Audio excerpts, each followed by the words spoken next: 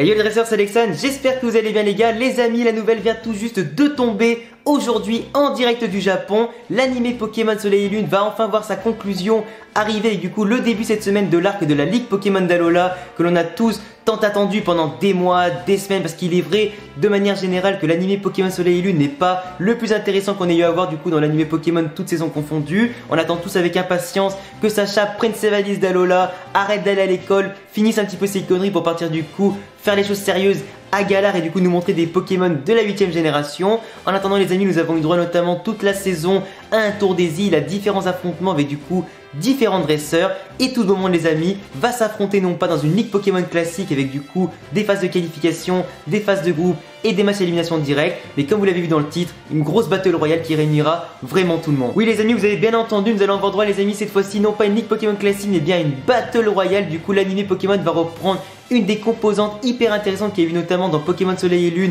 et Ultra Soleil et Lune. Je sais que la plupart d'entre vous qui aiment la stratégie ou juste jouer pour le fun aimez beaucoup faire des battle royales en tout cas en online. Cette fois-ci l'anime Pokémon va se calquer un petit peu sur les jeux du coup avec une composante du jeu pour faire pourquoi pas une ligue Pokémon qui va se renouveler, qui sera totalement originale et inédite avec une battle royale. D'après le magazine japonais les amis qui nous a livré l'information avec du coup un premier visuel montrant pour le moment 22 dresseurs et un Pokémon chacun. Du coup pour l'instant les amis on n'est pas à l'abri bien évidemment qu'il y aura plus de 22 dresseurs bien évidemment parce qu'ils vont pas peut-être gâcher la surprise en mettant tout le roster d'un seul coup, ce serait quand même un petit peu dommage. Par contre on ne sait pas du tout les amis si ça va faire vraiment une battle royale à la mode Dragon Ball Super avec du coup une grande arène géante avec notamment tous les dresseurs d'un coup qui vont s'affronter les uns après les autres du coup dans le même temps, ou si simplement nous aurons des groupes de 4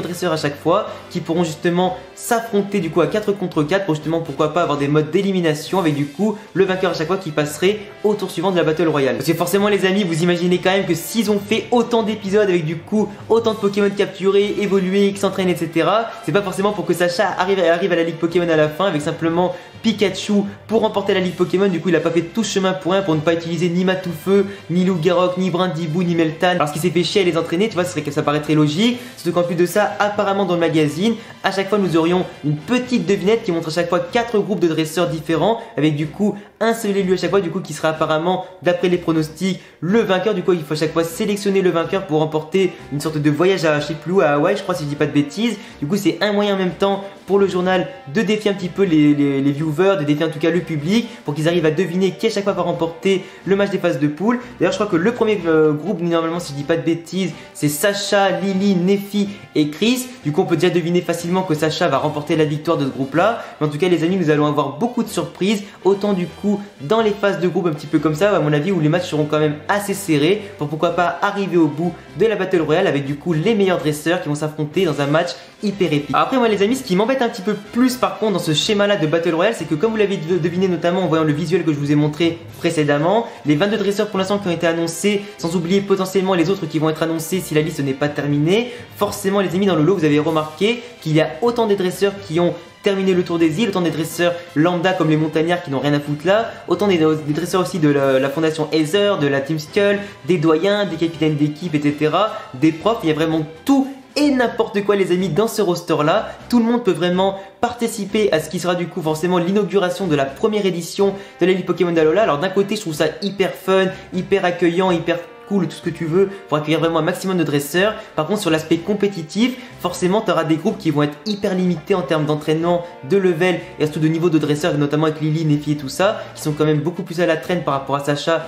KB et les doyens par exemple. Parce que bon si on regarde un petit peu la liste les amis, nous avons quand même Sacha, KB, Lily, Nefi, Chris, Tilly, Gladio, Jessie, James, le cousin du professeur Shen, Guzma, Apocine, Polly, Alteo, Olea, Sobonne et quelques personnages totalement random comme le montagnard. Forcément dans tout le lot que tu vois notamment dans ces 22 dresseurs là, c'est que tu as déjà 4 favoris qui se détachent vraiment. Tu as Sacha, tu as Gladio, tu as Alteo, tu as Guzma et potentiellement aussi Olea qui peuvent vraiment aller très loin. Tu as quand même des personnages qui sont assez intéressants en termes d'expérience, de level de dresseur et tout ce que tu veux. Ça va quand même amener des affrontements hyper intéressants, pas forcément peut-être dès le début, mais à mon avis dans les plus grandes phases, en tout cas dans les plus hauts levels de ces Battle Royale là, on va vraiment avoir du lourd. Après les amis, on peut déjà se poser la question, est-ce que Sacha va remporter la Battle Royale, est-ce qu'il va la perdre ou quoi comme d'habitude. On peut déjà se poser aussi la question du fait que dans l'opening on voit notamment Sacha regarder Royal Mask en tout cas et l'affronter. Donc on peut déjà imaginer les amis que le futur vainqueur de la Battle Royale aura droit du coup à un affrontement spécifique avec du coup le Prof Orb ou du coup avec Royal Mask pour justement remporter définitivement le titre de vainqueur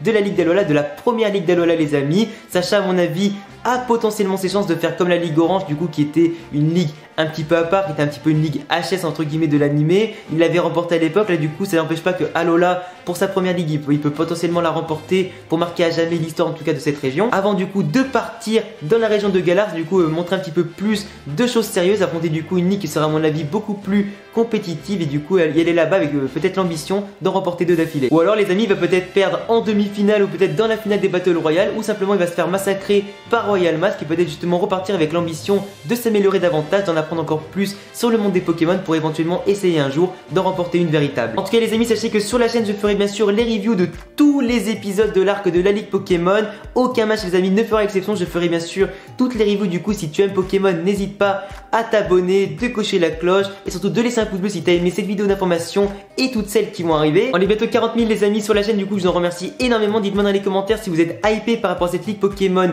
ou pas. N'oublie pas de rejoindre tous mes réseaux comme Twitter et Instagram, c'est là où je suis le plus actif pour te parler en dehors des vidéos. Et bientôt pour une prochaine vidéo. Ciao les dresseurs.